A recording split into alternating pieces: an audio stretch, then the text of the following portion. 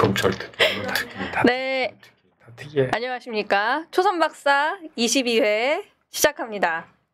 야. 반갑습니다. 완전체. 네. 완전체 초선박사. 이제 동접 2,000명으로 다시 올라가야 될 텐데. 여러분 혹시 오시기 전에 SNS에 초선박사 나간다 이런 거 올리고 오셨습니까? 저는 항상 올려요. 아 그러세요? 네. 아 빨리 저희 두 분 빨리 올리세요. 초선박사 보러 오라고. 알겠습니다. 어떤 초심을 잃지 않기 위해서 네. 초선박사 공지해야죠. 오늘 레이저로 지금 레이저를 쏘고 계신 최현일 의원님 초심을 잃지 말자. 저희 방송 시작하기 전에 당부하시더라고요. 초심을 잃지 말고 초선 박사도 충실히 하고. 제목이 계속 바뀌는 것 같아요. 초선 박사라서 초선 박사. 초심 박사로 이제 해야 되는 거 아니에요? 초심 박사. 네, 저희 지금 계속 아래를 보고 계신 두 의원님께서 오늘 발제를 늦게 하셔가지고 지금 원성이 자자했습니다. 오늘은 어떠셨나요? 오늘 어디서 오셨나요, 다들? 저는 국회에서 왔습니다. 국회. 방송하다 오신 거 아니에요? 아니 방송을 아까 낮에 했고요. 내일 우리 결산 있어갖고 상임위 결산 있어갖고 결산을 보다가 정무위. 네. 그리고 이번에 상법 필리버스터 하라 그래가지고 자료 잔뜩 이만큼 찾다가 왔어요. 아니 지금 거기는 지금 자기네 집이 무너져가고 있는데 무슨 필리버스터를 한다는 거예요. 그러니까 국민의힘 이 와중에 필리버스터나 제대로 좀 했으면 좋겠어. 우리가 24시간 해야 되잖아요. 네. 그럼 저쪽이 더 많이 해야 되잖아요. 기본적으로. 그렇지. 우리가 더 많이 하니까. 지난번 노종면 의원보다는 더 많이 하셔야 될 거 아니에요. 우리 김현정 의원님이 많이 하고 싶어도 24시간이라서 나눠서 해야 되니까. 24시간. 지난번 노종면 의원님이 9시간 넘게 했죠. 9시간 넘기셨나요? 예, 넘겼어요. 마지막에 가니까 더 힘이 나시는 것 같더라고요. 저희가 다 응원해드려서 그런지. 이용 의원님은 어디서 오셨어요? 저는 을지로위원회 오늘 워크숍이 있었는데 네네. 워크숍 끝나고 저녁 식사 하신다 그래가지고 저녁 식사 가서 같이 다 얻어먹고 오셨군요. 뭐 제 돈 내고 제가 내 돈 내서 여기 있는 의원님도 다 갔다 온 것 같은데 을지로위원회? 네, 저희 다 을지로위원회 소속인데 저도 점심 때 점심 먹고 저랑 최현일 의원님 먼저 가서 이한주 위원장님의 또 명강을 2시간 동안 앉아서 그냥 어떻게 2시간 동안 1시간 반 가까이 했어요. 국민 주권 정부의 되게 유익했어요. 네, 국정 운영 계획에 대해서 이한주 위원장님이 이게 말을 되게 잘 하시더라고요. 하면서 군더더기 없이 앉아 있는 그 청강생 국회의원들 한 사람 얘기하면서 다 띄워주시대. 그래요? 전을 띄울 줄 알았는데 말씀 안 하시는 거야. 좀 이따가 나올 걸 그랬네. 저한테는 질문하셨는데 제가 틀려가지고 네, 뭐 할 말이 없습니다. 네. 제가 오늘 발제를 좀 늦게 올린 소명을 좀 하고 싶은데요. 해보세요. 제일 깨는데 제일 빨리. 그 발제 제가 올린 거 아니에요? 그러니까 하도 안 하셔가지고 김현정 의원님이 주제를 정해주셨어요. 그러니까 나중에 보니까 근데 어떻게 이게 이심전심인지 통했더라고. 이용 의원님 보면 그거밖에 생각 안 나. 요새 노란봉투법이 핫해서. 근데 아시겠지만 지금 이제 검찰 개혁이 뜨거운 이슈로 부상을 했고 검찰 특위가 지금 당에서 굴러가는데 오늘 정부하고 이제 회의를 좀 했고요. 네.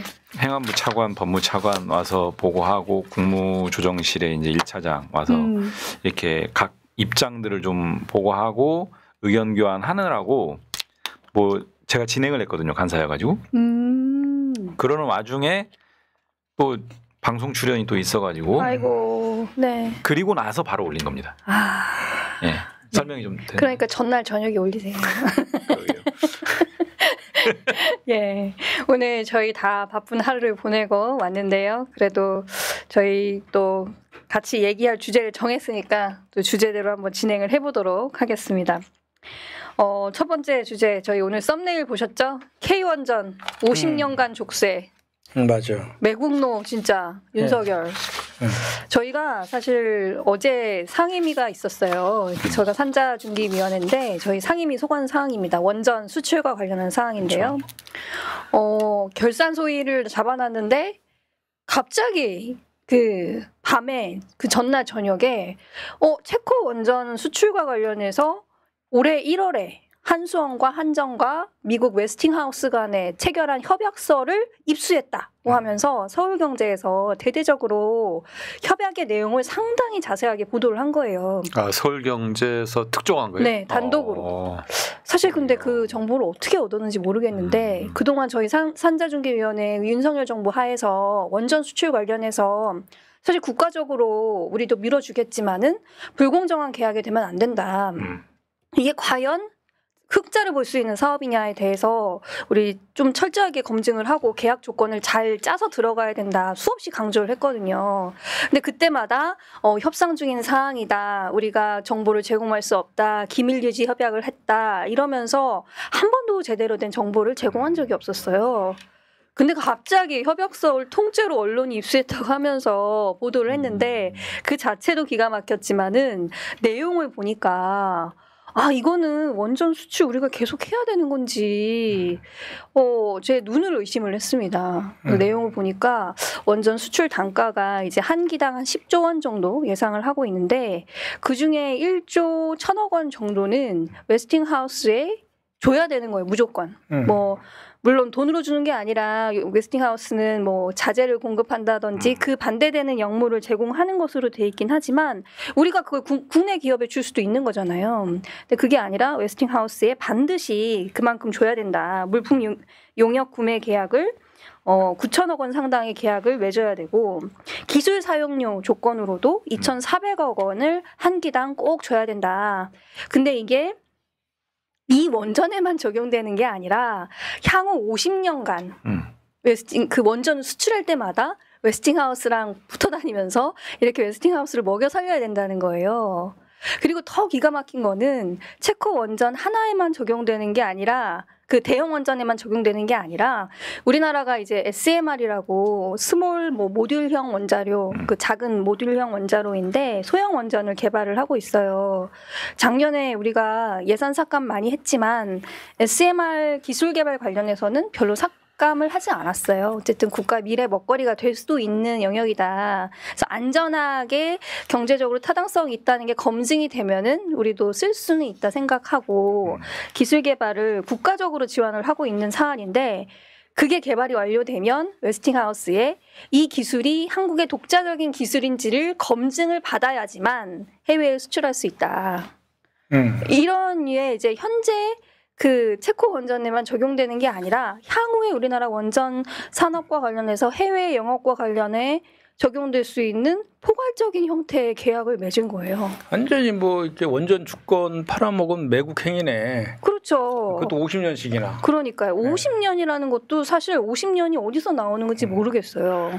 그리고 이제 보니까 저도 기사 보니까 그것만 있는 게 아니더만요. 그렇죠. 북미하고 뭐 EU하고 일본하고 원전 수출 못하게 저희가 막아놨대요. 어제 하루 종일 이제 또 상임위 동안 계속 그 산업부를 상대로 계속 질의를 하는데도 뭐 그렇게 불공정한 계약은 아니다. 우리는 할 만큼 했다. 뭐 더 이상 뭐 적용할 수 있는 자세한 정보는 제공할 수 없다. 이랬는데 상임위 끝날 때쯤에 또 후속 보도가 나왔는데. 그 얘기를 하는 거예요. 이게 북미 쪽, 유럽 쪽 이런 소위 선진국들에는 우리는 전혀 수출할 수가 없다. 아니 근데 이제 서울경제. 네. 한수원이 이제 그런 계약을 하더라도 공무원들이나 또 산자부나 외교당국이 있을 거 아니에요. 그 사람들은 뭐 했어요?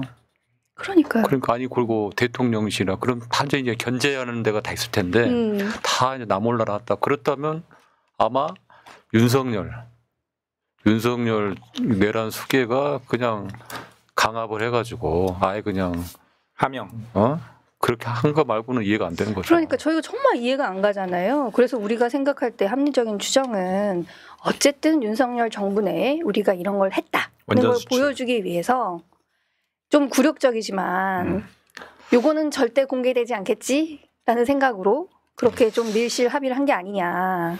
그게 처음에 체코하고 이렇게 그 계약할 때 그 웨스팅하우스에서 자기네 그 기술을 탈취해서 뭐 계약을 한 거다라고 문제 제기하면서 소송전으로 가고 막 그러지 않았어요? 그렇습니다. 그래서 그런 그 과정에서 소송전에서 벗어나기 위해서 합의를 한 거죠. 소송 뭐 취하하면서 막 이렇게 간 거잖아요. 그러니까 나는 오히려 저는 윤석열하고 김건희의 그림자가 아른거리는 것 같은데 느낌이. 근데 요번 것만 그런 게 아니라 옛날에 대왕고래 시추, 맞습니다. 그건도 대국민 사기죠. 또 엑스포, 옛날에 부산 엑스포, 그것도 대국민이 탈친 거 아니에요. 그게 뻔뻔히 하여튼 외국하고 어떤 뭐 협상이나 또 이런 통상, 요 문제에서 항상 이게 대통령이 이제 그 윤석열 내란 수계가 깊숙이 개입을 해가지고 아니 전문가도 아닌데 이런 부분 요건 국감 때나 아니면 아마 국조특위가 털 수 있는 거 아니에요? 저희가 이제 산자위에서 의원들이 이건 국정조사를 해야 된다. 이 계약의 경위에 대해서. 산자위 좀 이번에 뭐 좀 해봐요. 한번 1년에 한 번 연다며. 네, 뭐 정무위도 비슷한 것 같긴 우리는 한데. 그래도 한 10번은 열었어. 어제 열었어요. 한전하고 한수원 다 기관장 나왔나요? 기관장이 나왔는데 한전은 김동철 사장이 못 밝힌다는 이런 못 거죠. 밝힌다. 그렇지만 무슨 갑자기 뭐 출구 전략을 마련해달라 우리한테 그러시고 한수원 사장은 정말 좀 태도가 안 좋았어요. 임기 끝나잖아 이제. 네. 그러니까 뭐 이제 나한테 할 거 나는 할 만큼 다 했어. 뭐 그리고 비밀 유지 계약을 체결했으니까 아무 말도 못해. 뭐 나는 내가 볼 땐 이건 불공정한 게 없어. 그러니까 그런 류의 답변을 하시고 전혀 뭐 일말의 어떤 양심의 가책 이런 것도 없어 보였다. 지금 경찰이나 검찰 수사 단계는 아니죠. 아직 그렇진 않고요. 이제 알려져가지고 이게 이제 근본적으로 보면은 그런 말도 안 되는 계약을 할 수밖에 없는 그 구조를 만든 것 자체부터 일단 들여다봐야 되고요. 그러니까 체코와의 계약 추진 과정에서 뭔가 큰 실책을 해서 이렇게 말린 거라면 그것 자체도 문제인 것이고 그러면 결국 정말 어마어마한 기간과 금액에 대한 손실을 파생시켜서 그거를 덮기 위해서 이렇게 이제 말하자면 노예계약 비슷하게 이제 말려 들어간 거기 때문에 첫 번째 그 손실을 파생시킨 그 행위도 저는 배임으로 접근할 수도 있고 이 노예계약 이 부분도 배임으로 문제될 수도 있고 근데 이게 공공기관의 자체적인 판단 하에서 이렇게 어마어마한 일을 저질렀을 거라고 보기는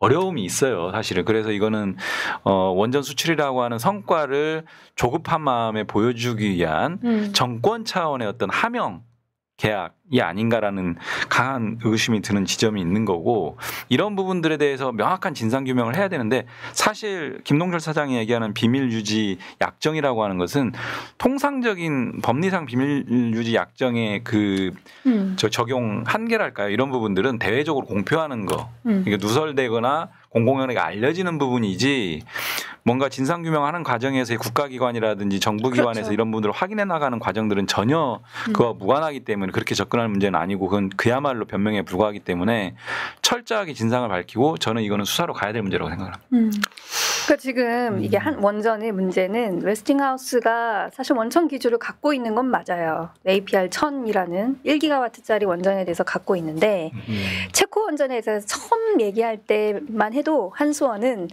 그동안 우리가 1997년인가 이 기술을 도입했거든요. 지금 한 이제 30년이 지났잖아요. 30년간 우리가 기술 개발을 많이 해서 이제 독자적인 모형이 됐다. APR 1400이라는 그렇게 계속 주장을 했고 아마 정부 내에서도 우리 공공기관이 그러니까 한수원이 그렇게 얘기를 했고 아마도 내부적으로는 그렇게 보고를 했을 가능성이 높아요. 근데 이제 계약을 뭐 우선 협상 대상자가 됐는데 갑자기 웨스팅하우스가 그거 너네 원천 기술 아니잖아. 그러면서 아까 말씀하신 대로 법적인 그런 분쟁을 걸어온 거죠. 예. 우리한테 이제 몫이 있으니까 쟤네가 하면 안 된다. 그 소식을 듣고 여기도 VIP가 경로했다. 이런 설이 있더라고요. V제로? V제로인지 V1인지. 그래서 서둘러서 분쟁을 종료시키려다 보니까 무리한 그런 합의를 한 게 아니냐 하는 그런 얘기가 있고요. 그거는 뭐 어떻게 보면은 충분히 이렇게 국민들께서 의혹을 가질 만한 지점인 거는 같고 어마어마한 일을 저지른 거잖아요. 그렇죠. 그죠? 두 한편 가지 측면에서. 50년 동안 우리나라 원전 산업의 미래를 좌우할 수 있는 건데. 네, 그래서 뭐 지금 대통령실에서 어쨌든 이 언론 보도와 관련한 진상 파악을 산업부에 일단 지시를 했고요. 그래서 계약 체결 과정이 적법하게 이루어졌는지를 파악해 보라고 했다고 하니까 저희도 조금 그 보니까 뭐 오늘 기사 같습니다. 보니까 합의문 원본에 대해서는 한미 정상회담 후에 공개하기로 했다고 그러네. 왜냐하면 정상회담이 여기에 영향을 미치니까 네. 후에 공개하기로 했다. 네.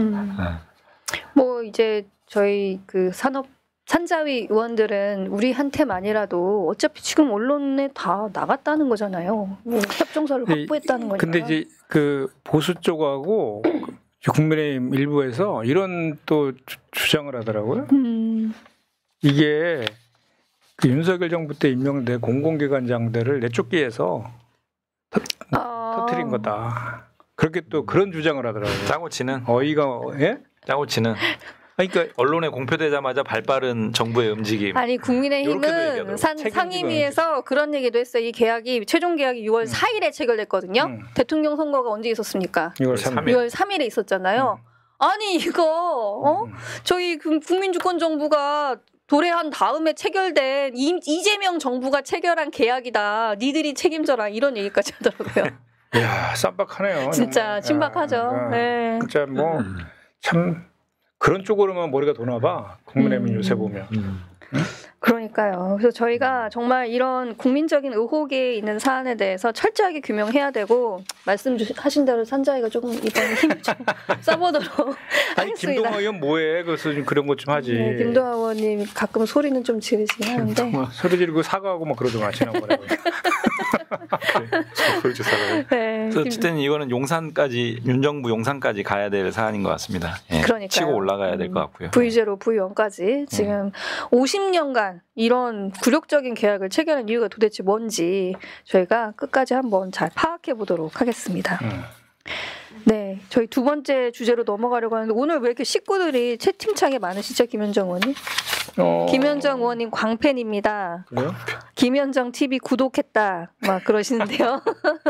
이미 네. 구독자신데. 네, 김현정 TV 구독하신 분 저희 나머지 3명도 구독해 주시고요. 근데 이게 그 참 유튜브 있잖아요. 유튜브 이렇게 나가면 우리가 우리 유튜브 좀 구독 좋아요 해달라고 하잖아요. 네. 근데 이미 구독자가 또 누르면 구독이 취소가 되더라고. 아, 다이어트 그래가지고 한번 어디 나갔는데 네. 한 3만 명이 넘어갔어요. 그때 내가 딱 3만 명인데 3만 한 300명까지 갔는데 나중에 집에 와서 보니까 줄어들었어요. 2만 9천 몇 명으로 줄어들어 있더라고요. 왜 그러나 했더니 이미 구독자가 좋아 눌러갖고 다 취소됐더라고. 아, 여러분 구독 취소가 됐으면 다시 한번 누르시면 됩니다. 한 번 더 누르셔야 돼요. 네, 그래서 저희 김현정 의원님, 3만 유튜버이신 김현정 3만 의원님, 명 딱 몇 명 넘었습니다. 네, 발제 굳이 이 좀비 상태에 있는 국민의힘 어떻게 해야 됩니까? 발제. 그냥 뭐 어디로 가고 있습니까, 국민의힘? 그러니까요. 산으로 가고 있죠. 근데 이제 이게 뭐 잔당대 잔당대회. 내란 잔당대회라는 얘기가 있던 내란 잔당대회, 내란 잔당대회. 배신자 낙인 찍기 경쟁대회, 오, 분당대회, 반당대회 이런 얘기까지 다 나더라고요. 신박하네요. 네. 아니 정말 상상을 초월하니까. 근데 정말 나는 이제 인간적으로 이렇게 좀 이해가 안 되는 게 일단은 장동혁 의원이잖아요. 우리 TV 토론하는데 질문을 한 보궐선거 나오면 한동훈 공천할래, 전환길 공천할래. 전환기를 공천하겠다고. 아니 아무리 그래도 그 한동훈이 당대표 될 때 본인이 그 런닝메이트 개념물에서 수석했었잖아요. 사무총장도 시켜주고 막 그러지 않았나? 근데 어떻게 그렇게? 근데 그 덕분인지 오늘 아침에 보니까는 1위 했던데요. 지지율 올라갔어요. 그러니까 이게 뭐 하는 거냐고. 우리 저기 큰일 났어요. 우리 이제 한동훈은 이제 출당당하게 생겼네 보니까 장동혁이 되면. 그러니까요. 너무 정말 끝간데 없이 가니까 이제 이러다가는 정말 우리 정청래 당대표는 영원히 악수 못하고 끝날 것 같은 해산될 것 같다는 느낌이 안 드세요? 국민의힘? 아니, 지금 윤호개인하고 뭐 이렇게 윤석열 다시 뭐 입당시키겠다, 뭐 전환길 뭐 감싸고 막 이런 것들이 당대표 되면 이제 지금 반탄 후보가 유력하잖아요. 김문수랑 장동혁이 되면은 그런 기조를 계속 유지할 거 아니에요. 그럼 당연히 이제 내란 재판 지금 진행 중이니까 유죄할 가능성이 거의 뭐 확실하잖아요. 그러면은 정당 해산 해야 된다, 시켜라라고 하지 않겠어요, 국민들이? 그러면 또 우리 전 법률위원장인 이용 의원이 가만히 있겠냐고. 네? 배우 조정하는 거예요? 아니 뭔가 그러니까 그동안에 국민의힘만 고발한 거를 제가 셀 수가 본인도 모르실 거예요. 몇 번 고발했는지. 몰라 진짜. 아니 근데 지난번에 그 뭐죠? 우리 그때 그 권성동 신천지? 고발했냐 그랬더니 고발했다 그래서 근데 법률을 그렇게 물어봤더니 고발하지 안 했더만. 했어. 안 했대. 그래도 법률국장이 법률국도 모르는 거 아니야? 법률국장이 그 고발장 쓰고 있더라고. 그래도 좀 했다 그랬는데 그랬더니 안 했다는 거예요. 고발인 조사까지 뭘 갔다 또 한 왔다고. 거야. 다른 거예요, 그럼? 거예요? 권성동인데 다른 거냐? 아무튼 많으니까. 세지 말고 네. 계속 빨리 발제하세요. 발제 지금 끝났어요? 금요일 그 이틀간 20일부터 21일까지 전당대회 하고 오늘부터 내일까지 그 여론조사하고 선거인단 투표 하는데 20일날 발표하잖아요. 네. 근데 또 갑자기 저기 국민의힘에서 왜 우리 본회의 연기시켜달라고 다시 4가지 법안에 대해서 다시 수기하자 막 그랬잖아. 그래서 자기네 전당대회 하는 날 어떻게 본회의를 여냐고 막 쌩때를 썼잖아요. 근데 그 지난 7월 임시회 때 20일부터 24일 잡아놓은 거는 전당대회 이전에 이미 합의한 내용이잖아. 본인들이 다 알고. 그럼 자기네들이 전당대회를 다르게 잡았어야지. 이제 와서 마치 우리 더불어민주당이 본인들의 전당대회를 방해하는 세력으로 막 또 그렇게 막 갖다가 막 붙이더라고요. 그래가지고 결국은 합의해가지고 22일 날 하루만 빼주기로 했잖아요. 빼주고 하루 더해서 25일까지. 근데 그때도 필번을 한다고. 그러니까요. 필번. 근데 그분들 뭐 언제는 전당대 갔어요? 다 당사에 압수수색 뭐 막는다고 거가 동원정렬에서 거가 앉아 있고 막 그러더만. 참 진짜 특이한 신박한 논리들을 피는 것 같아요. 그러니까 뭐 다 그냥 브레이크 걸 생각만 하고 있는 것 같고. 그래서 이제 우리가 좀 전에 이제 우리가 김문수 후보가 유력하다 그랬는데 장동혁이 막 되게 치고 올라오잖아요. 이거 누가 될 것 같아요? 이제 또 내기 한번 해야지. 김문수. 지금 뭐 김문수가 예상되는데 장동혁이 또 상승세가 있죠. 또 뒤집을 수도 있을 것 같은데. 그래요? 만약 장동혁 결선 가면 우리 결선 가면 저는 이용우 의원님이 김문수 하시니까 장동혁 하겠습니다. 아니 그리고 누가 됐으면 좋겠어요? 뭐 그거는 아까 그 뭐야 한동훈 전환길 그 질문하고 거의 비슷한. 아니 방송에 이런 질문을 하더라니까 누가 되는 게 민주당한테 좋냐고. 그거는 개낀 독긴 50보 보인 거. 관심 없다고 그러지. 김문수 확실하게 그냥 내란 정당 해산할 수 있을 것 같습니다. 장동혁이 더 심할 것 같은데 내가 보니까. 아니 근데 하여튼 그런데 나는 그 여기 그 전당대 하는 거 보면서 또 어떤 생각이 드냐면 안철수 의원 있잖아요. 안철수. 네. 안철수 의원은 이번에도 또 존재감이 정말 없을 수가. 아니 어떻게 저렇게 판단력이 저렇게 정치를 못할까 나는 이런 생각이 저절로 드는 게 그 안철수가 항상 뭐 중요한 선거 때마다 단일화 시켜가지고 망하게 만들었잖아요. 지난번에 뭐 윤석열이 뭐 윤석열 지금 손모가지 자른다라고 하고 갑자기 단일화 해갖고 윤석열이 당선되는데 1등 공신이 됐었잖아. 그러니까요. 그다음에 토사구팽됐죠 본인이. 그래서 뭐 찬탄으로 윤석열이 그 불법 비상계엄 했을 때 앞장서가지고 계엄해제 표결에도 참여하고 탄핵 찬성 계속 주장했었잖아요. 그럼 그런 상황에서 찬탄 후보가 2명이 있는데 조경태 후보가 단일화를 하자 그랬으면 누가 되든 그걸 떠나서 그렇죠. 반탄 후보가 유력한 상황이면 지더라도 단일화를 해서 지는 게 명분이 생기는 거 아니에요. 근데 자기가 2등할 것 같다고 결선 올라갈 것 같다면서 안 한다는 거잖아요. 근데 누가 봐도 안철수가 2등할 걸 가능성은 없잖아요 지금. 그러니까 저렇게 판단력이 흐려가지고 어떻게 큰 정치를 할지 나는 도대체가 이해가 안 돼. 그러니까 뭐 그 목표가 무엇인가 정말 되고 싶은 생각이 있는 건가 하는 생각까지 들더라고요. 목표가 어깃장 같아 그냥 어깃장. 그러니까요. 이쪽 싫으면 이쪽 붙고 이쪽 싫으면 저쪽 붙고. 그 정말 그 친윤 의원들의 그 한심을 살려고 엄청 노력했잖아요 대선 때도 막 열심히 다녔잖아요. 안철수가 혼자서. 근데 또 저렇게 그쪽에서 또 토사구팽 당한 거죠. 그러니까 다시 또 이쪽에 이제 딱 해서 했는데 저런 선택을 한 건 최악의 악수인 것 같아요 내가 볼 때는. 근데 둘 다 이제 떨어질 거고 내가 그 이제 저기 분당대회라고 아까 얘기했던 거는 이 당대표 선거가 끝나면 너무 이제 배신자론을 서로 간에 세게 막 치고받고 해가지고 이제 그 건널 수 없는 걸 건넌 것 같아. 그러면 진짜 그냥 장동혁 그 만약에 후보가 된다라고 하면 또는 김문수가 되더라도 누군가 강성 구구 당원들이 출당시켜라라고 하면 할 사람들 같아요, 내가 봤을 때. 그러면 상대 쪽에서도 가만 안 있을 거 아니야. 그럼 자연스럽게 이렇게 균열 생기면서 분당되지 않을까 하는 그런 생각도 들더라고요. 근데 분당이 되려면은 그 세력 대 세력으로 이제 나눠져야 되는데 안철수나 조경태가 끌고 가는 세력이 없고요.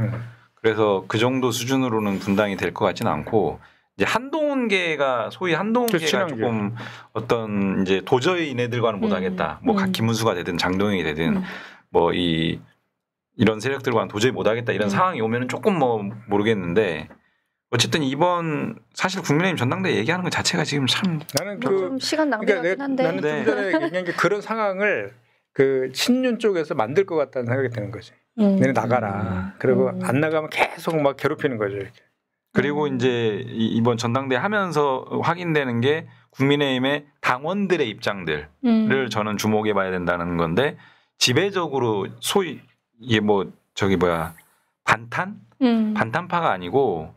계엄 내란판 제가 오늘 어디 방송 가서 그런 얘기했더니 상대방 대변인이 그 당원들을 모욕하는 겁니다 뭐 그러던데 계엄 내란파거든요. 거기서 못 벗어나고 있어요. 당원의 어떤 당심이라고 하는 것들이. 그러면은 이 당은 장동영이 되든 김문수가 되든 거기에 계속 매몰될 수밖에 없고 결국 저는 이 당은 자발적으로 해산하지 않으면 위헌정당까지 갈 수밖에 없는 정당이다.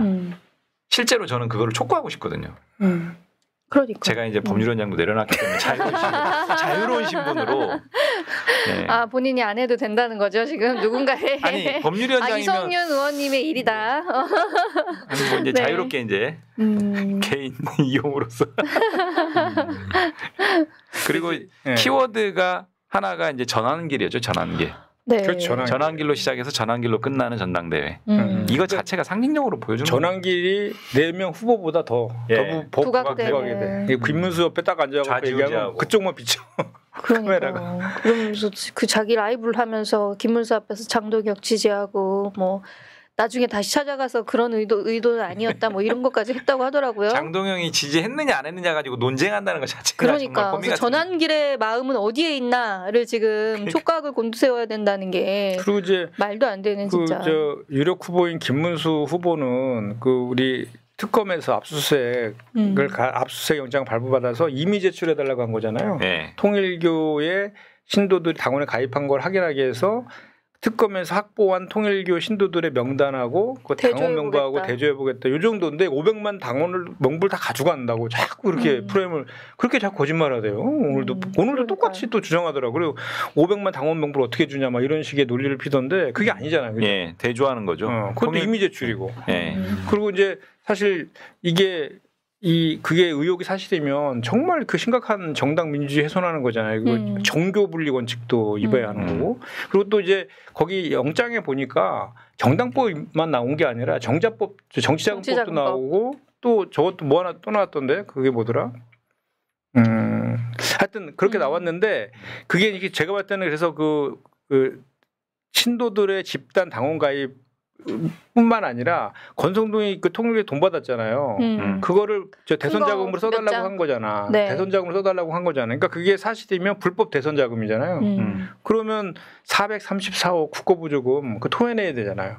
그러니까 그런 의미에서 정치자금법 이런 게 넣은 것 같기도 하고 그래서 그 전체적인 거를 다 지금 보려고 하는데 권성동이가 다 부인하고 있잖아요. 지금 피의자인데 그럼 당연히 그 국민의힘 입장에서는 그 사실이 아니다라고 주장하고 있으면 그거를 사실이 아니다라고 확인시켜주는 차원에서라도 협조하는 게 오히려 더 맞는 것 같은데 털고 가야죠. 야당 탄압이라 하더라고요. 야당 탄압. 네. 정당 민주주의에 대한 훼손이고 공격이다. 근데 이게 지금 통일교로 좀 가긴 했는데 통일교의 집단 당원 가입 그거가 2건입니다. 하나는 윤석열 대선과 관련된 건이 하나가 있고 하나는 그 국민의힘 전당대 당대표 선출과 관련된데 권성동을 밀기 위한 집단 당원 가입에서 권성동이 이제 드랍하면서 이게 또 김기현을 미는 당원 가입 그걸로 또 의혹이 확산돼 가지고 근데 제가 보기에는 압수수색 영장까지 발부돼 있고 그 법원의 판단이 있었던 거잖아요. 상당한 진술과 물적 자료들이 확보가 돼 있고 이렇다라고 이거 굉장히 심각한 상황으로 번지는 거고요. 그러면은 국민의 입장은 선긋기 하고 그냥 털고 가야 되는데 끌어안고 가는 거예요. 죽자고 같이. 그 친윤 굉장히 핵심이라서 그래. 네.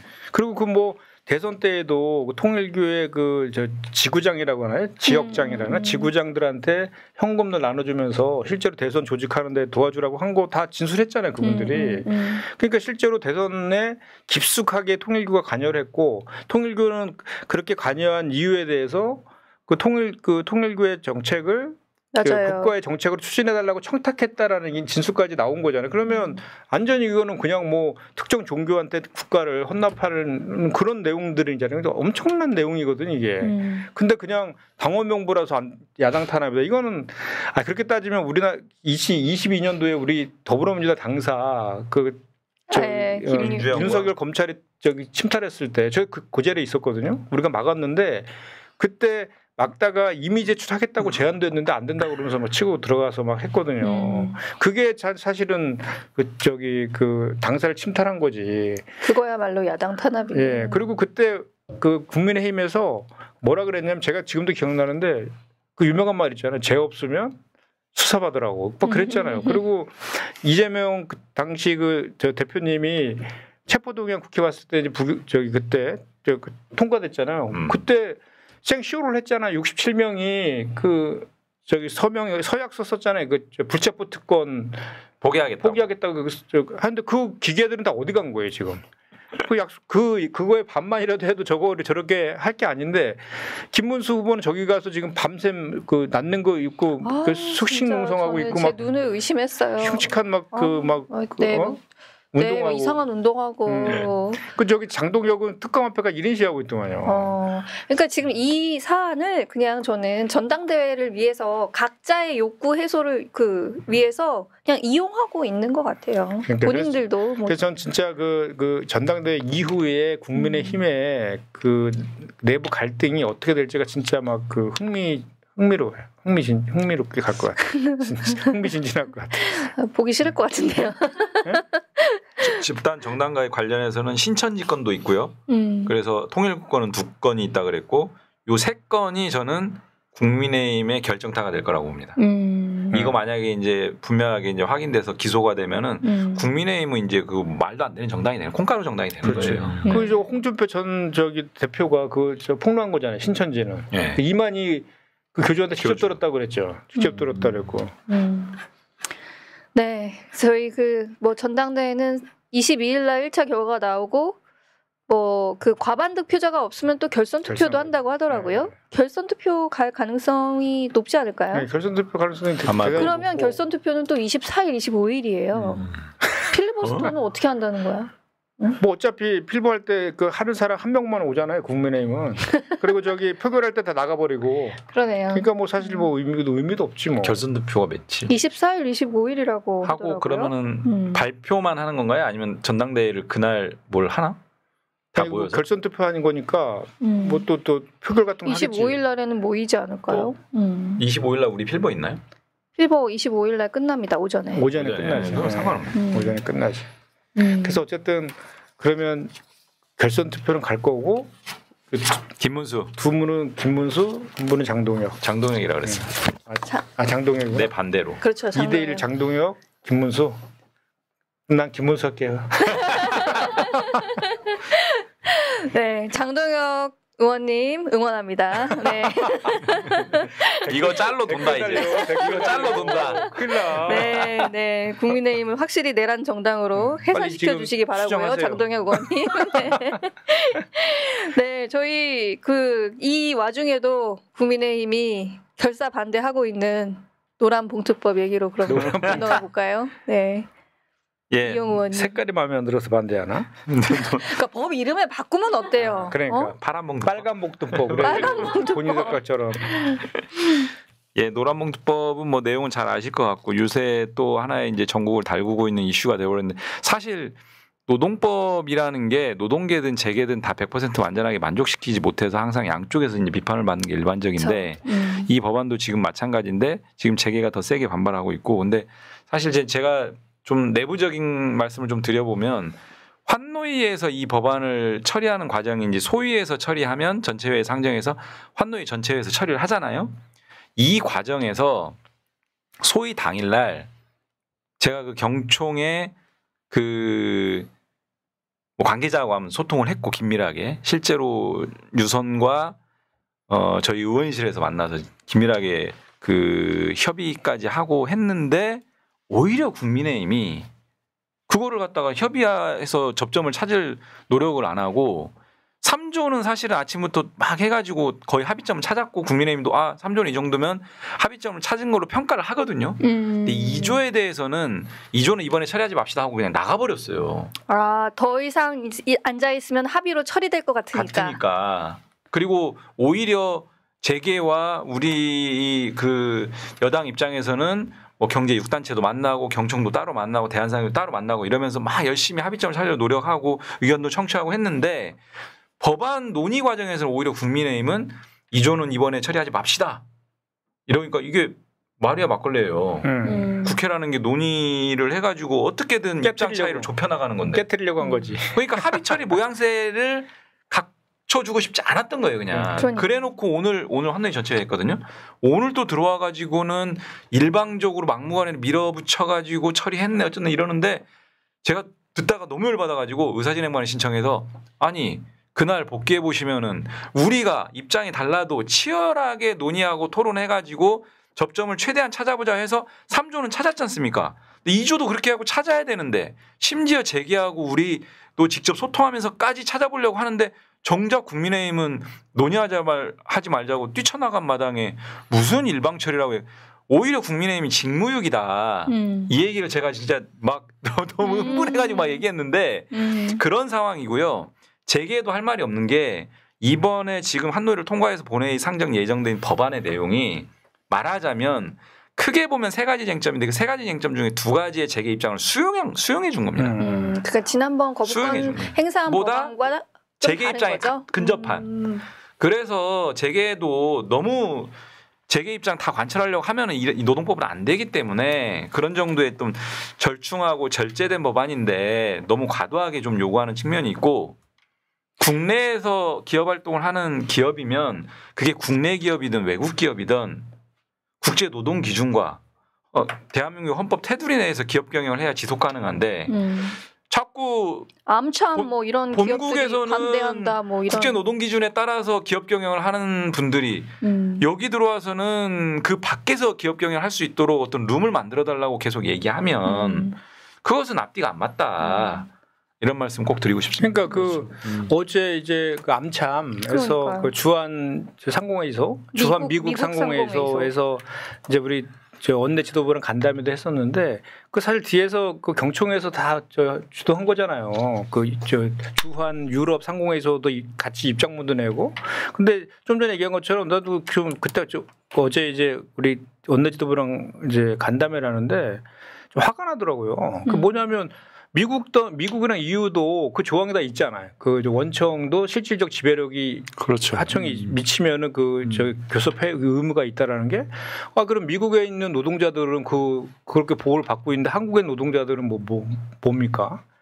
그냥 비용 절감의 대상으로 그냥 그 원청한테 실질적으로 원청이 모든 임금이나 근로조건 결정 권한이 있는데 거기다 교섭 못하고 그냥 저임금 구조 속에서 장시간 노동하라고 그냥 그렇게 우리나라 노동자들은 이렇게 해도 된다는 거냐 거냐는 논리잖아요. 기가 막혀요. 그런 식의 주장을 피는 사람을 빗대가지고 국민의힘은 이게 뭐 기업을 죽이는 법이다. 뭐 외국 기업이 한국을 다 떠난다. 외국 기업이 이것 때문에 한국 떠납니까? 그리고 이거는 판례에서도 이렇게 이미 인정하고 있잖아요. 네, 그렇죠. 네. 그 판례에서 인정한 걸 그냥 입법한 거고 ILO에서도 제 기억으로는 한국 정부한테 수도 없이 저 ILO는 계속 원했던 사항이고 말씀하신 것처럼 뭐 UN 같은 곳에서 이제 기업의 사회적 책임 경영에 대한 가이드라인 같은 것도 계속 내고 있는데 거기서 요구하는 가장 기본적인 원칙이 본국에서 하는 행위와 그 해외 국가에서 하는 행위가 달라서는 안 된다. 일관적인 기준을 적용해야 된다. 그런 것도 있거든요. 기업의 사회적 책임에 대한 가이드라인인가요? 거기에서도 공고하고 그랬다고. 네. 그래서 FTA 자유무역 협정 이 자유무역의 가장 기본 룰이거든요. 같은 조건 하에서 경쟁을 해야 맞다. 그래서 이제 한미 FTA 노동조항이라든지 한EU FTA 노동조항이라든지 이런 부분들의 노란봉투법의 취지가 그대로 있고 그러다 보니까 심지어 EU에서 과거에 이 노란봉투법과 맥락을 같이 하는 ILO 그 87호 98호라는 중요 협약에 대해서 빨리 비준해. 같은 조건에서 생산하고 교역을 해야 우리하고 공정한 경쟁이 되는 거야. 당신네들은 그런 부분에 있어서 더 유리한 노동 조건 하에서 생산을 하고 교역을 하다 보면 우리하고 공정한 경쟁이 아니야. 라는 취지로 끊임없이 얘기하는 부분들인데 마치 이 틀거리를 벗어나서 계속 불공정 무역 분쟁을 야기할 수 있는 소지가 있는 형태 형국을 계속 고집하자라는 것밖에 안 되는 거거든요. 있을 수 없는 일이에요. 그래서 이제 우리 이재명 대통령이든 뭐 강훈식 비서실장이든 국제 기준에는 좀 맞춰서 가야 되는 거 아니냐 이런 얘기를 그런 맥락에서 하시는 겁니다. 근데 이런 취지에 동의하시는 분들도 오늘도 저한테 그런 얘기를 하신 분들이 계셨는데 혹시 민주당이 그 반대하는 그런 경영자 측이랑 사용자 측이랑 충분히 대화를 하지 않은 건 아니냐 이렇게 의심하시는 분들도 계시긴 하더라고요. 그냥 무대포로 계속 그 주장하는 거지. 근데 이제 방금 이용 의원님 말씀 들으면 저희가 충분히 의견을 들었고 이번 법률안 같은 경우는 의견을 수용을 해서 마련했다는 거잖아요. 그렇죠? 그 3조의 부진정 연대 책임도 다 살려줬어요. 그러니까 이제 노란봉투법도 그렇고 대통령께서 이제 어젠가 국무에서 이제 검찰 개혁 얘기하면서 좀 이게 너무 이게 이제 좀 홍보 얘기하면서 좀 이게 너무 속도에 얽매지 말고 여러 가지 숙성을 해가지고 하자는 얘기가 있잖아요. 근데 그 말씀 들으면서 요거 이제 노란봉투법 얘기를 듣다 보면 생각보다 이게 국민들한테 홍보가 물론 언론도 약간 경도된 측면도 있죠. 왜냐하면 대기업들의 뭐 사업 광고나 받는 그런 약간 한계가 있다는 걸 이해하지만 노란봉투법이 어떻게 보면 글로벌 스탠다드에 맞는 법 아닌가요 지금? 네. 근데 그런 거를 일반 국민들이나 노동자분들, 근로자분들도 본인의 권익이지만 모르는 분도 많을 거라 봅니다. 그래서 우리 당에서도 그렇고 정부 차원에서 진짜 적극적으로 국정 홍보, 또 검찰 개혁은 당연하고요. 검찰 개혁은 누가 몰라요, 다 알죠. 그렇지만 이건 노란봉투 같은 건 상당히 좀 한쪽으로 치우친. 좀 약간 그런 면에서 약간 좀 더 해야 되는 거 아닌가. 맞아요. 네. 실제로 그래서 제가 오늘 또 여기서 아마 제 기억에 한 2번 정도 이미 다뤘던 것 같고요. 오늘 또 다루고 싶었던 이유 중에 하나가 어쨌든 발언 총량, 스피커 이런 부분들로 노란봉투법들이 계속 알려지는 부분들도 매우 중요한 것 같고요. 실제로 아까 말씀하신 것처럼 오늘 한노위 전체회에서 김영우 노동부 장관이 국민의힘에서 노란봉투 계속 지적하니까 그런 거 아니다. 실제로 재계를 노동계보다 한 2배 정도는 더 만난 것 같다. 더 만나서 소통한 것 같다. 이렇게까지 얘기할 정도로 충분히 의견 수렴 과정을 거쳤고 패시한 게 전혀 아니고 오히려 재계의 입장들을 더 많이 반영했다. 이렇게 좀 보시면은 정확합니다. 네. 이번에 노란봉투법은 몇 번째로 상정이 되는 건가요? 저희가 방송관계법을 먼저 처리하는 거죠? 방송관계법 2개가 남았고 그래서 3번째로 일요일 오후에 상정이 되겠네요. 토요일 아침에 2개가 남았으니까 21일에 하나 처리하고 토요일에 하나 처리하고 금요일 날 21일 날 처리하자 바로 처리해요 하나를. 아 그렇죠. 지난번에 끊긴 거. 네네네네. 그러니까 필버는 금요일 날 하는 거잖아요. 필버? 필버는 토요일 밤에. 토요일 아침. 토요일 아침. 토요일 아침 표결. 표결하고 토요일 아침에 상정해서 상정하고 일요일 날 아침에 표결. 그러면 필버 하시는 거예요? 몇 시에 출격 예정이십니까? 토요일. 아직 순번은 안 정해졌는데 토요일 날 하지 않을까. 밤에만 배치 안 했으면 좋겠어요. 그러니까 그 좀 국민의힘이 좀 필버를 좀 적극적으로 많이 하면 좋겠는데 우리보다 적게 하니까 그러니까 그 본인들이 신청하고 고생은 우리만 시키고. 아니 그리고 필버를 할 때도 지난번에 첫 번째 필버 할 때 제가 앞에 처음에 앉아 있었는데 그 사안과 관련한 얘기를 하는 게 아니라 뭐 예를 들면 정말 극단적으로 이재명은 공산주의자 뭐 이런 류의 말도 안 되는 그런 얘기를 계속 하면서 우리를 이제 자극하니까 이걸 왜 하는 걸까? 그냥 뭐 감정의 훼손가 그런 생각이 들더라고요. 이 노란봉투법 또 그 재계를 많이 만났잖아요. 우리 상법도 재계 진짜 많이 만났거든요. 근데도 계속 국민의힘은 재계의 의견을 들으래. 재계 의견을 들어가지고 재계가 동의했거든요. 동의도 하고 다만 이제 배임죄라든지 이런 것들은 좀 경제 형벌 같은 경우에는 좀 완화 좀 했으면 좋겠다 뭐 이런 정도의 의견도 주고 그랬거든. 근데 계속 재계 의견을 안 들었다고 계속 그렇게 얘기하는 근거도 없이 그냥 계속. 그러니까 나는 그 노란봉투법 관련해서 한노위에서 국민의힘 한노위 의원들이 뭐 때문에 반대하는 거예요? 대안은 뭐예요? 없어요. 아니 그거 왜 반대해요? 그냥 거기도 이번엔 처리하지 말자. 좀 더 논의하자. 아니 거기도 노동계 출신들 의원들 많잖아. 그러니까 뭘 좀 더 뭘 논의하냐고 그러니까. 그러니까 1년이 넘었는데 지금. 네? 1년도 넘었고 2번이나 입법했고 이번 세 번째인데. 그리고 예, 그리고 3조를 합의했다며. 예, 뭐 그 2조 이해가 정말 안 돼. 네, 그래서 뭐 이용 의원님께서 필리버스터에서 도망가고. 명쾌한 논리로 그 동안에 이제 그 분노를 담아서 사자오를 통해 주시면서도 국민을 또 명쾌한 논리로 국민들을 좀 잘 설득해 주셨으면 하는 마음이고요. 네, 저는 사실 일요일 새벽 6시부터 앉아 있어야 되는데 네, 현장에서 좀 잘 들어보도록 하겠습니다. 마지막으로 저희 최현일 의원님 발제 들어볼까요? 그 어제 이제 3대 특검 특위 있잖아요. 내란 특검 그리고 김건희 특검, 최상부 특검 3대 특검이 있는데 그 특위가 있잖아요. 거기에 이제 전현희 위원장 등 이렇게 소속돼 아마 특위위원들이 상당히 이제 많이 아마 여기 계신 분들 많이 네, 있는데 저희도 다 참여하잖아요. 네, 그래서 어제 이제 1호 법안을 제출했습니다. 뭐냐면 사진에 맨 앞에 나오셨네요, 의원님. 국회 증언간접법을 이제 개정하자는 건데 내란 세력 위증처벌법입니다. 우리가 구체해서 쉽게 말하면 국민 앞에서 국회에서 민의정당에서 거짓말하면 끝까지 쫓아가서 처벌한다. 근데 지금 같은 경우는 위원회나 특위가 종료가 되면 고발 주체가 없어지면 이거 처벌할 수가 없습니다. 그러니까 저는 그게 너무 부당하다고 생각했어요. 그러니까요. 그러니까 그 장소 그 자리에서는 이게 거짓말이었다는 걸 밝히기가 굉장히 어려운데 그냥 특위가 종료되면 위증한 게 그냥 날아간다는 거잖아요. 그래서 지난번 이제 내란 국조특위 때 한덕수, 최상목, 이상민이 대놓고 거짓말했잖아요. 나중에 이제 국무회의 CCTV 다 밝혀진 거잖아요. 근데 처벌하려 했더니 처벌을 못하는 거예요. 그래서 이제 전현희 의원이 대표 발의를 하고 그리고 한 7, 80명 의원들이 이제 공동 발의해가지고 어제 법안을 냈고 아마 오늘인가 어제 한덕수 전 총리가 아마 이제 밤샘 조사를 받았잖아요. 그래서 이 법안이 이제 통과가 빠르면 이번 달 말 국회 때 아니면 늦어도 정기국회 때 통과가 되면 한덕수, 최상목, 이상민 등 그리고 또 법무장관 누구죠? 박성재 등등 해가지고 고발할 수 있는 근거가 생겼다는 겁니다.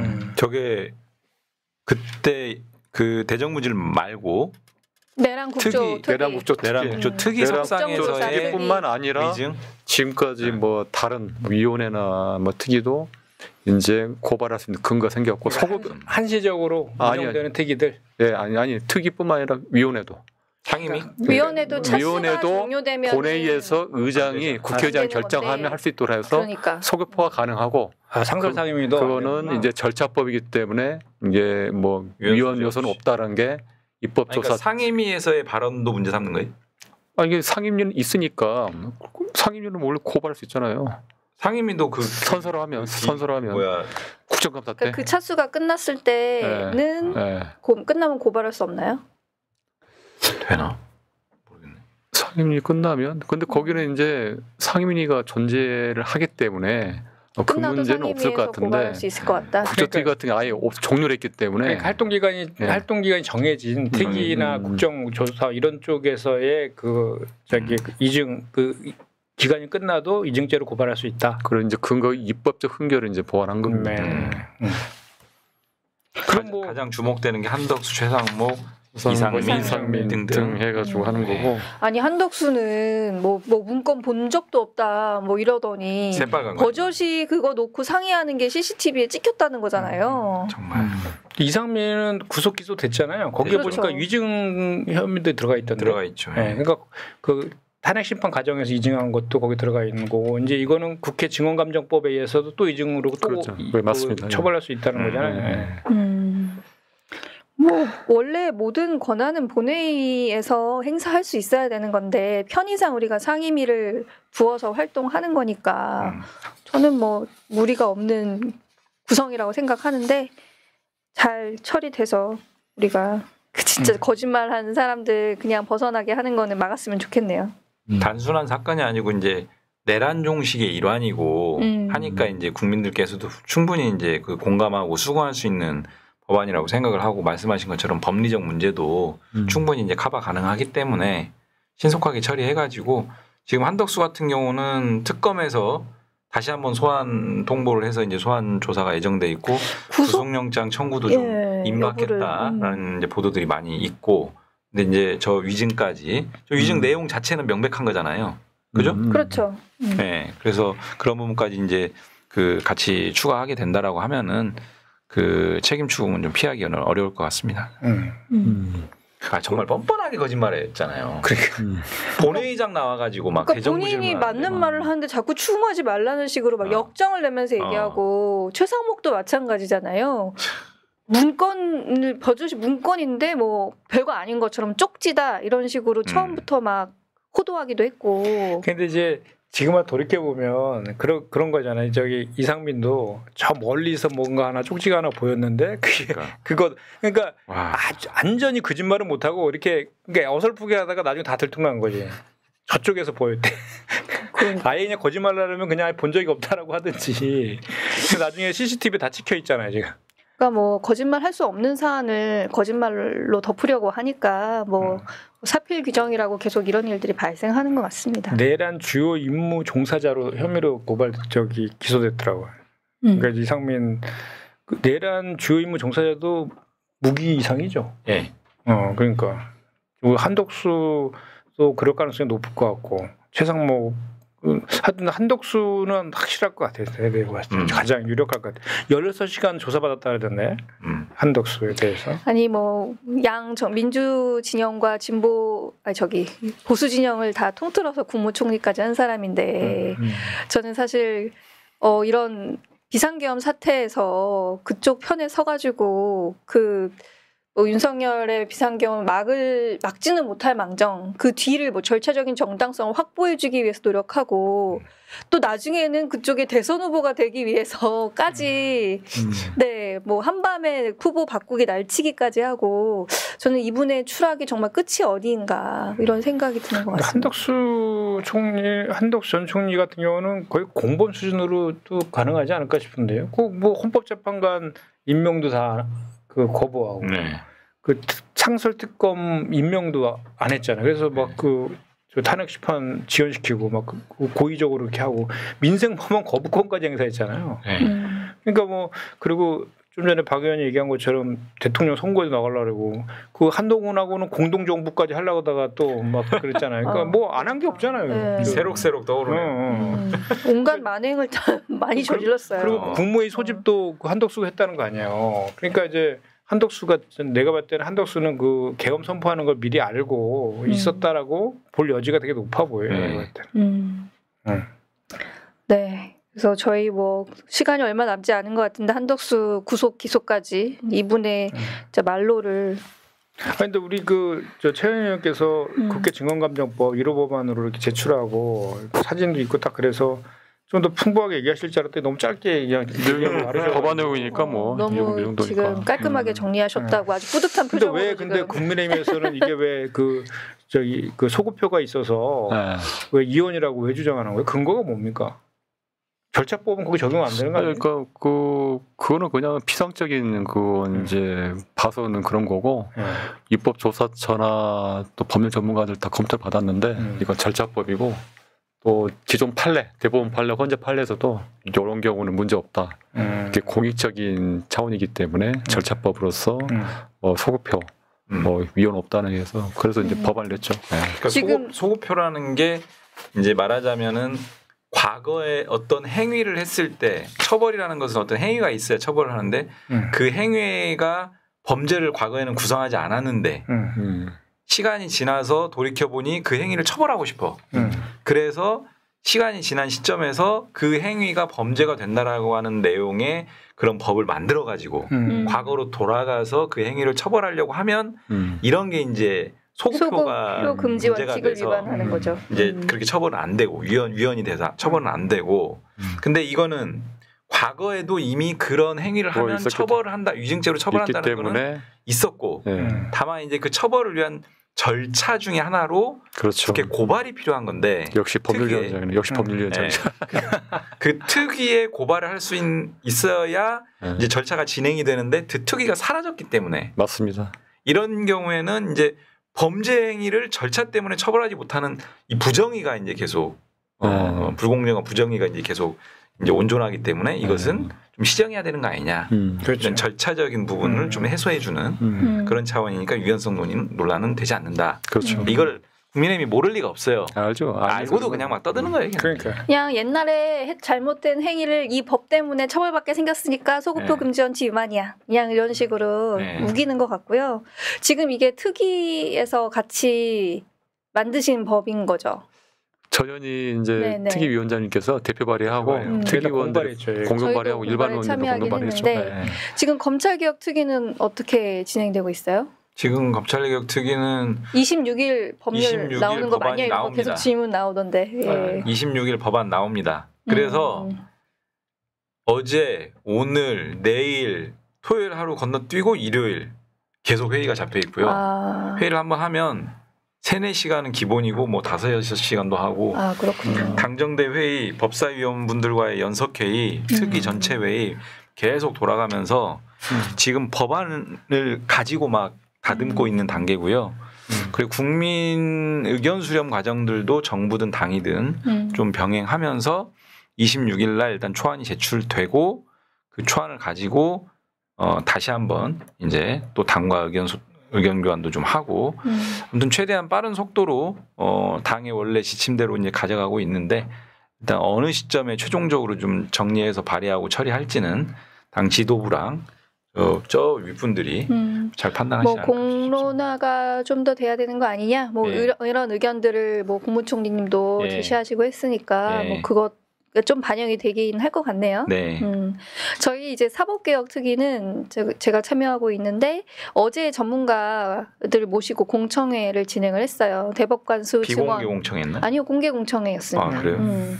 또 대법관수 증원, 뭐 법관들에 대한 평가 제도 어떻게 바꿀까, 뭐 여러 가지 의견을 다양한 의견을 들었고요.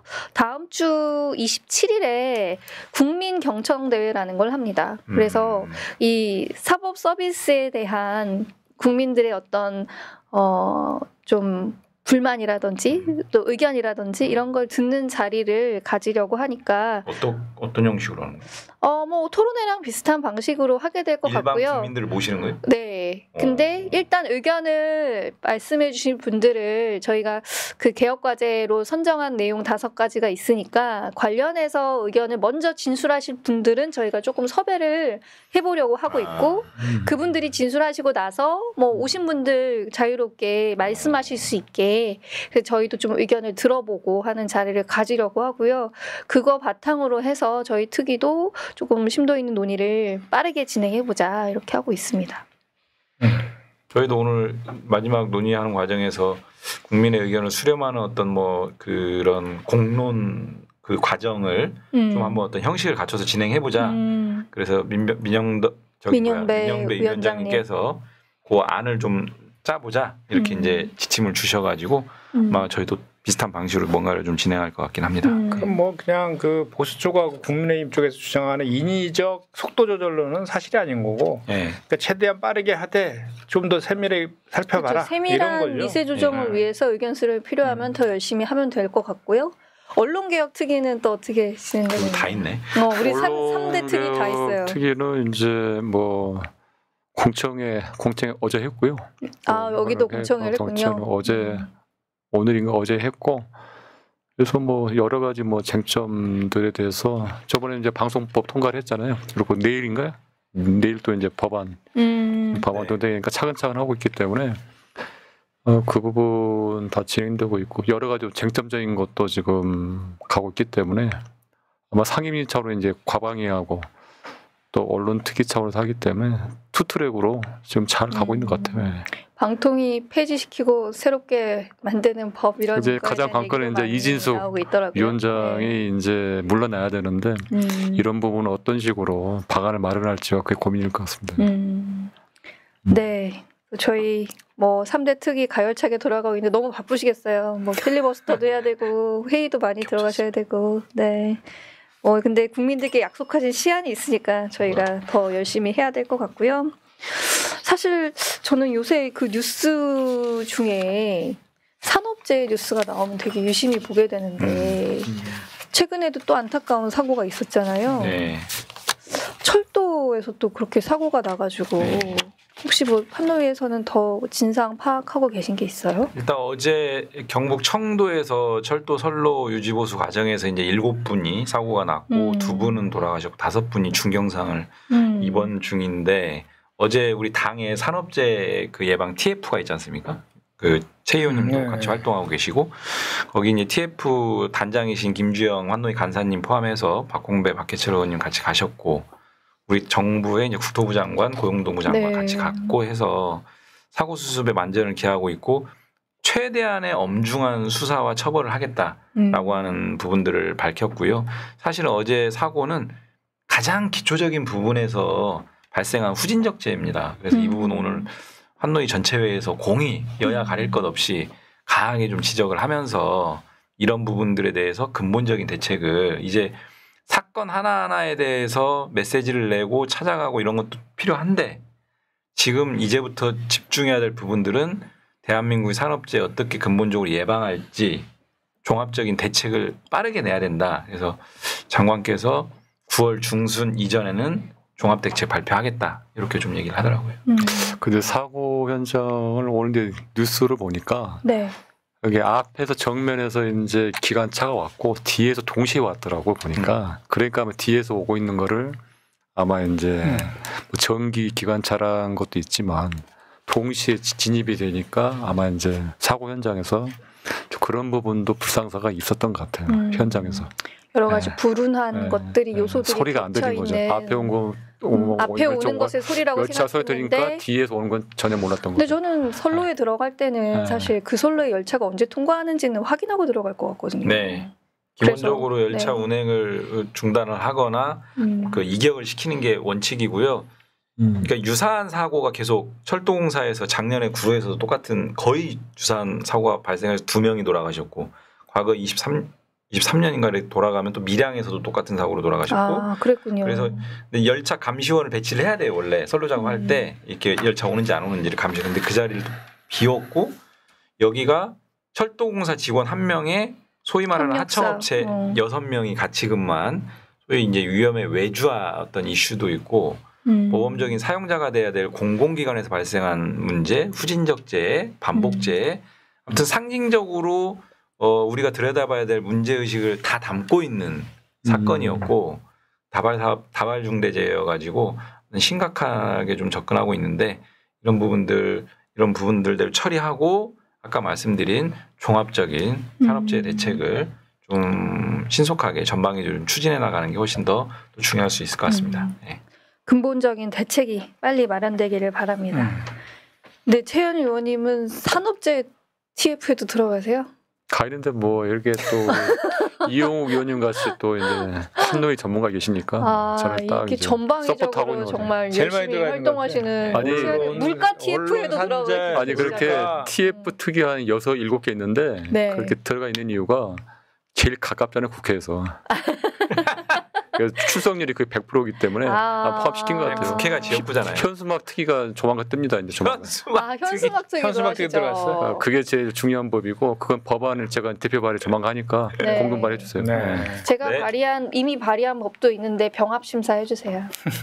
봤어요. 뭘 발의하는 거예요? 그거 봤어요. 불법적인 요소가 있는 현수막. 허위사실하고 혐오적인 거 발언 말았어요. 뗄 수 있도록 하는 근거를 만드는 거죠. 정당 현수막이라고 해서 무조건 보호되는 게 아니라 불법적인 요소가 있으면 뗄 수 있는 근거를 저는 요건을 강화해가지고 사전적으로 정당의 요건 붙일 수 있는 정당의 요건을 강화하고 맞아요. 그것도 두 번째 사후적으로 선관위가 이걸 선관위가 관할해라 해가지고 저번에 선관위 보고받고 법안을 거의 만들었고요. 다음 주 정도 발의합니다. 5개 광고물법 개정 아닌가요? 아니 저기 정당법하고 5개 광고물법하고 공선법 3가지 법 정도는 손댄 거예요. 선관위한테 이제 주관할 선관위는 손을 안 대려고 그래요. 그래서 선관위가 지역 선관위들이 엄청 현수막 사업도 현수막 붙이는 것도 정당 사무이기 때문에 선거 때만 하는 것보다도 선거가 아닐 때도 평상시처럼 정당의 업무로서 공정하게 관리해라. 권한을 주는 건데 선관위는 안 하려고 하더라고. 지금 최현일 의원님의 디테일한 설명에 감탄하는 그런 사용자 노비근성님. 우리 네, 닉네임이 너무 좀 별로 안 좋으신 것 같은데 노비근성님. 네. 최현일 의원님은 특이하는 거를 하나씩 발제하면 되겠네. 그러니까 다음 시간에는 지금까지 들은 것마다 다 7개 되는 다음에 물가특위 하고요. 물가특위 하고 김건희 특위, 현수막 특위, 하나씩 하시죠, 하나씩. 특위, 산재 특위. 그래서 그런지 가장 빠르게 발제를 올리시는 항상 모범적인 저희 최현일 의원님. 네. 진짜 저도 올리고 싶어도 이게 뭐 박지원이 먼저 올리시면 그다음 올리는데 안 올리는 거예요. 보통 보면 예전에 3일 전에 올리고 그랬잖아요, 발제를. 근데 당일날 오후까지 안 올리는 거야, 아무도. 여러분 우리 전날에는 꼭 올립시다. 초심을 잃지 마시고. 초심을 잃지 말고 우리 초선 박사 장이 유서로 젊은 순으로 올리는 거로 하시죠. 분발하도록 하겠습니다. 장이 유서. 네, 그러면 오늘 초선 박사 22회 마치도록 하겠습니다. 초선 박사!